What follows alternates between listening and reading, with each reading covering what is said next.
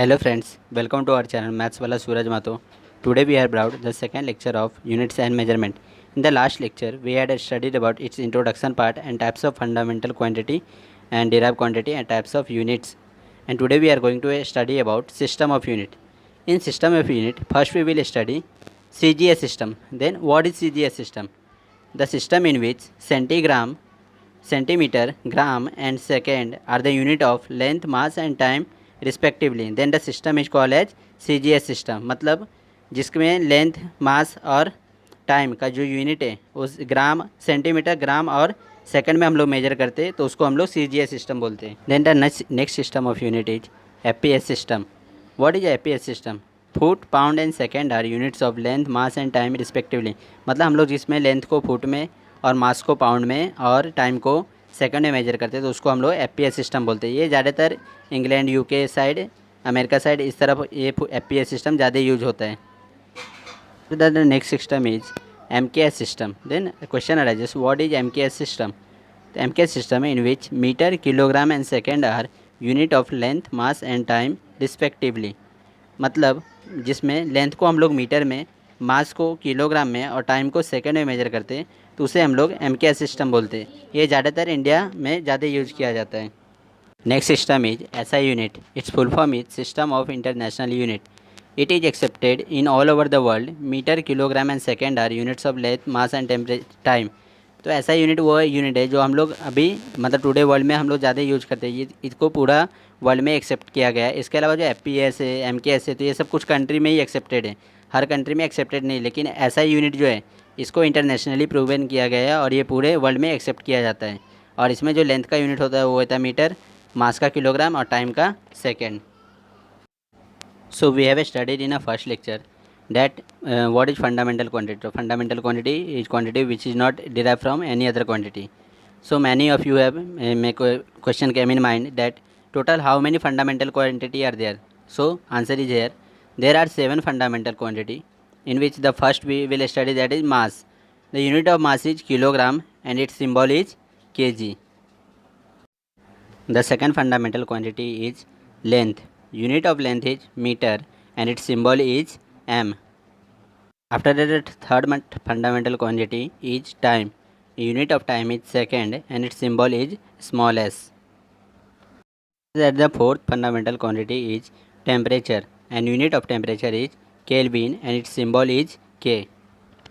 After that, next fundamental quantity is electric current and unit of electric current is ampere and its symbol is A. Next fundamental quantity is luminous intensity and units of luminous intensity is candela and its symbol is CD.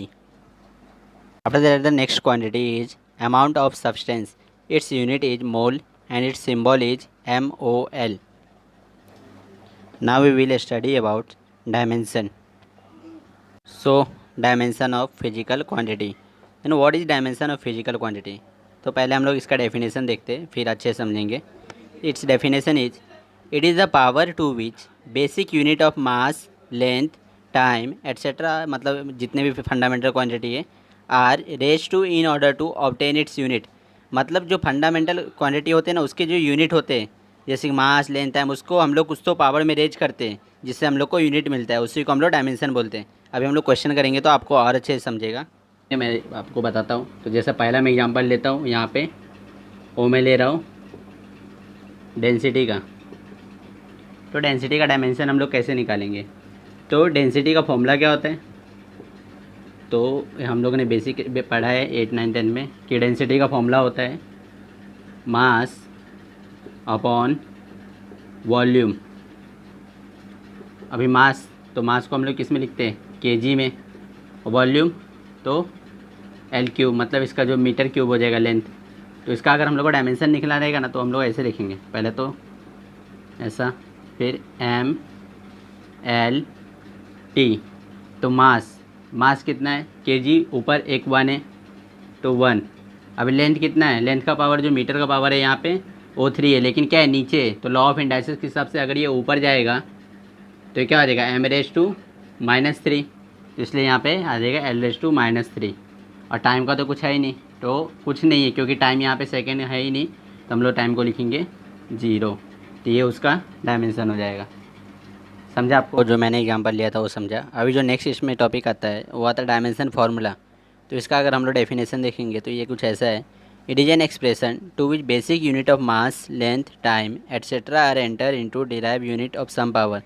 तो इसका मतलब क्या है कि हम लोग इसमें एक एक्सप्रेशन होता है, जैसे हम लोगों ने पिछला एग्जांपल किया था तो उसमें कैसे मैंने एम, एल और टी का एक्सप्रेशन लिखा था। उसमें एम का कुछ तो पावर था, एल का कुछ तो पावर था और टी का कुछ तो पावर था। उसी एक्सप्रेशन को हम लोग बोलते हैं डायमेंशनल फार्मूला। अभी जो इसमें नेक्स्ट टॉपिक है वो है डायमेंशनल इक्वेशन। तो इसका डेफिनेशन अगर हम लोग देखेंगे तो ये कुछ ऐसा है। It is obtain by equating a physical quantity to its dimensional formula. तो अगर हम लोग ये कैसे ऑब्टेन होता है, एक फिजिकल क्वांटिटी को हम लोग इक्वेट करते हैं तो उससे हम लोग को डायमेंशनल फार्मूला मिलता है। जैसे पिछले वाले में कैसे एग्जांपल में मैंने density equal to mass upon volume को इक्वेट किया था तो हम लोग को डेंसिटी का डायमेंशनल फार्मूला मिला था। तो वो जो इक्वेशन मिला था ना L0, L1, M0 जो भी मिला था तो उसको हम लोग बोलते हैं डायमेंशनल इक्वेशन। हेलो फ्रेंड्स, तो अभी तक हम लोगों ने डायमेंशन के इक्वेशंस देखे, डायमेंशन कैसे रिप्रेजेंट करते हैं वो देखे, और अभी हम लोग सीखने वाले हैं कि डायमेंशन हम लोग एक्चुअल में डायमेंशन निकालते कैसे। तो उससे पहले आप लोग जो मैंने अभी सिखाया था, जो अभी आप लोग स्क्रीन पे भी देख रहे हो, आप सबके एक बार सिंबल देख लीजिए। जैसे लेंथ को हम लोग एल से रिप्रेजेंट करते हैं, मास को एम से, टाइम को टी से, ऐसे टेम्परेचर को के से, इसके अलावा करंट को ए से या फिर आई से हम लोग रिप्रेजेंट करते हैं। तो ये आपको पता होना चाहिए डायमेंशन। सो अभी हम लोग क्वेश्चन करने वाले हैं, क्योंकि यहाँ जब तक हम लोग क्वेश्चन नहीं करते तो हमारा कॉन्सेप्ट जो है वो पूरी तरह से क्लियर नहीं होगा। क्वेश्चन करने के बाद वो क्लियर होता है। तो इसमें जो पहला वाला जो है डेंसिटी का है वो मैं ऑलरेडी आप लोगों को करा चुका हूँ। जब मैं डेफिनेशंस पढ़ा रहा था तो उसमें मैंने डेंसिटी का पढ़ाया था कि कैसे हम लोगों ने डायमेंशन निकाला था। तो इसका जो डायमेंशन, इसका जो यूनिट निकला था वो था kg मीटर पर क्यूब माइनस क्यूब, और जो इसका डायमेंशन था m⁻⁴ l⁻⁻³ t⁻⁴। अभी हम लोग सेकेंड सम कर रहे हैं तो उसमें मैं ले रहा हूँ यहाँ पे स्पीड। तो स्पीड का फॉर्मूला क्या होता है, डिस्टेंस अपॉन टाइम। तो यहाँ पे डिस्टेंस का यूनिट क्या होता है, मीटर, और टाइम का सेकंड। तो मीटर का क्या हो जाएगा, मीटर और सेकंड इन्वर्स हो जाएगा लॉ ऑफ इंडाइसिस के हिसाब से। तो यहाँ पे जो इसका डायमेंशन निकलेगा, वहाँ पे मैंने डायमेंशन नहीं लिखा था, तो यहाँ पे जो इसका डायमेंशन निकलेगा तो वो क्या हो जाएगा, पहले तो हम लोग लिखेंगे एम एल टी। तो एम मास का तो कोई टर्म यहाँ पे है ही नहीं क्योंकि केजी है नहीं, तो एम कितना हो जाएगा यहाँ पे, एम जो हो जाएगा वो यहाँ पे हो जाएगा 0। और एल मतलब मीटर एक है तो मीटर का क्या हो जाएगा l⁻⁴, और सेकंड कितना इन्वर्स है तो s⁻⁻⁴। तो ये जो डायमेंशन है ये स्पीड का हो गया m⁻⁴, l⁻⁴ और t⁻⁻⁴। तो अभी जो मैं इसका जो थर्ड क्वेश्चन ले रहा हूँ, तो थर्ड में हम लोग डायमेंशन निकालेंगे एक्सीलरेशन का। तो एक्सीलरेशन, अभी एक्सीलरेशन का फॉर्मूला क्या होता है, तो एक्सीलरेशन का फॉर्मूला होता है चेंज इन वेलोसिटी, जिसको मैं यहाँ पे लिख रहा हूँ डेल्टा वेलोसिटी। डेल्टा का मतलब क्या होता है, चेंज। तो change in velocity upon time.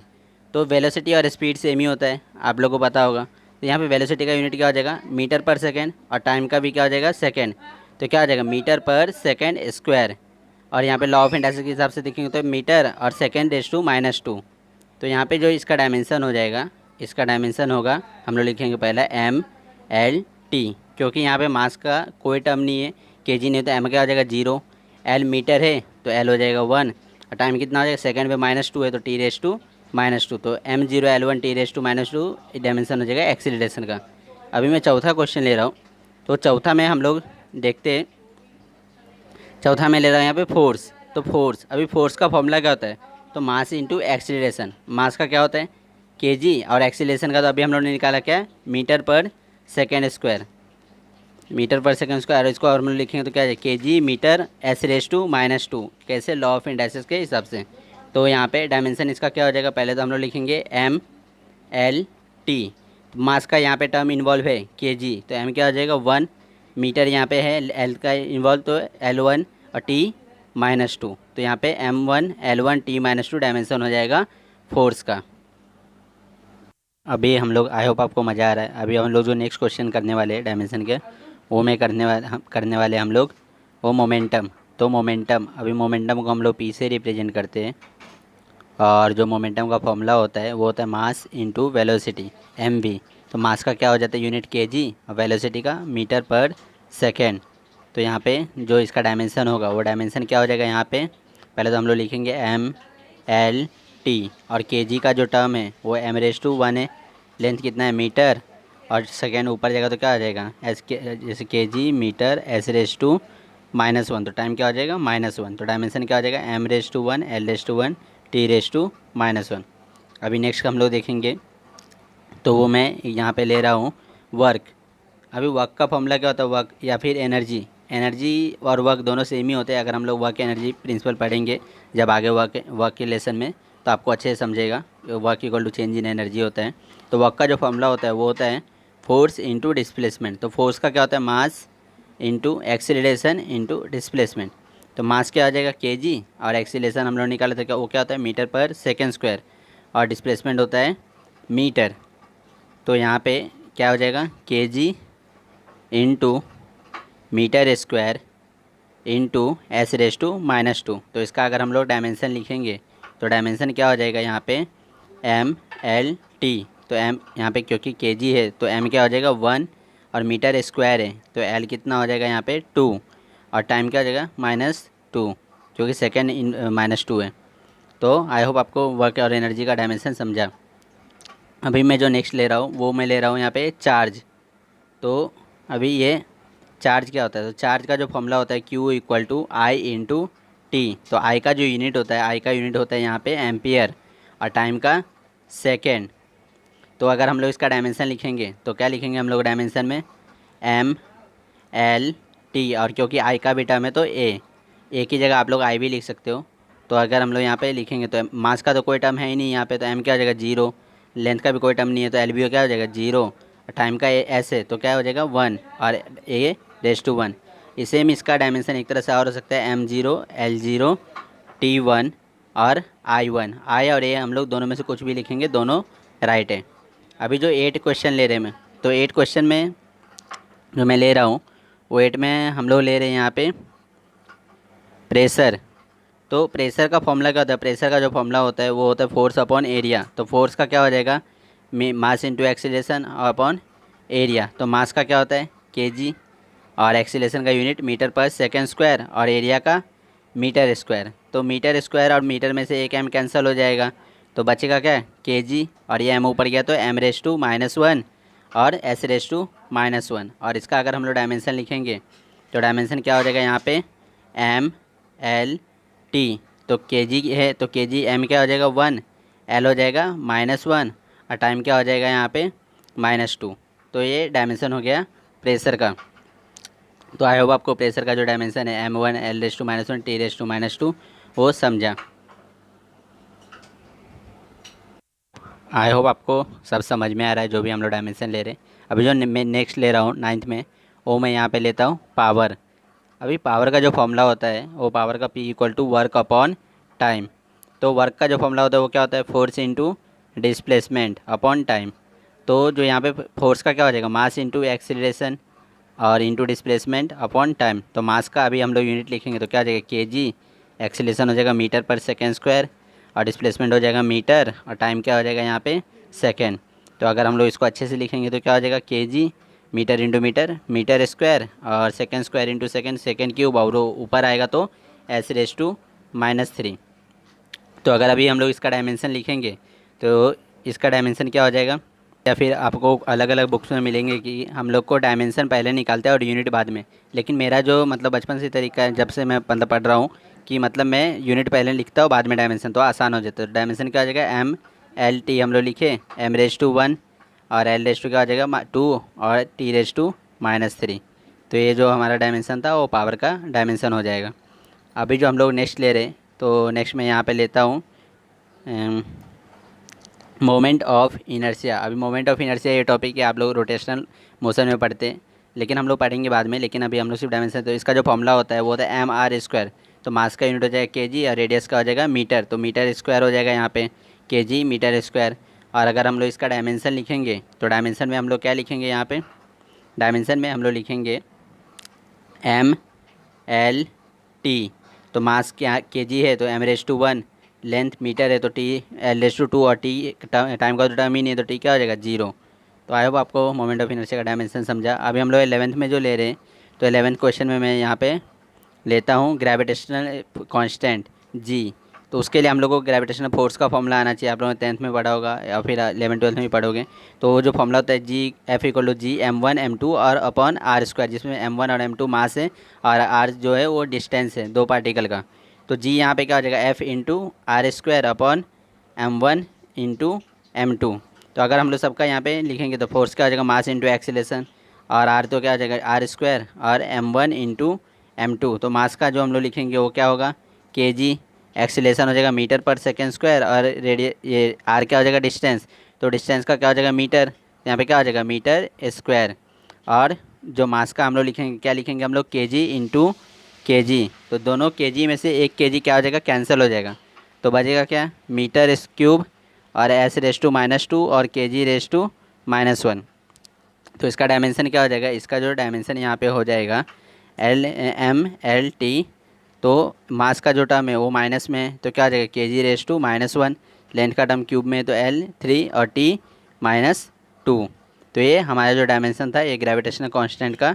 I hope आपको समझा। मैंने पहले भी बोला था कि आपको बहुत सारे बुक्स या फिर प्रोफेसर मतलब ऐसे पढ़ाएंगे कि जो डायमेंशन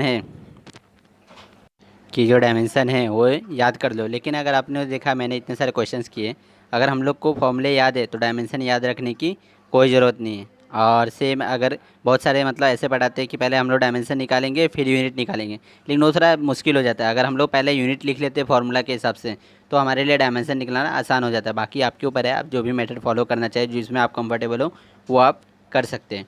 और अगर अभी तक आपने हम लोग यहाँ पे जो लेक्चर का है एंड करते हैं, और नेक्स्ट लेक्चर में हम लोग देखेंगे केमिस्ट्री का। तो अभी तक अगर आपने हमारे चैनल को सब्सक्राइब नहीं किया है तो प्लीज़ सब्सक्राइब करें, लाइक करें, शेयर करें अपने फ्रेंड के साथ। Thanks for watching the video. Instagram पे फॉलो करें एंड फेसबुक पे भी लाइक करें हमारे पेज को और फॉलो करें। लिंक हमारे डिस्क्रिप्शन में दिया रहेगा। Thank you.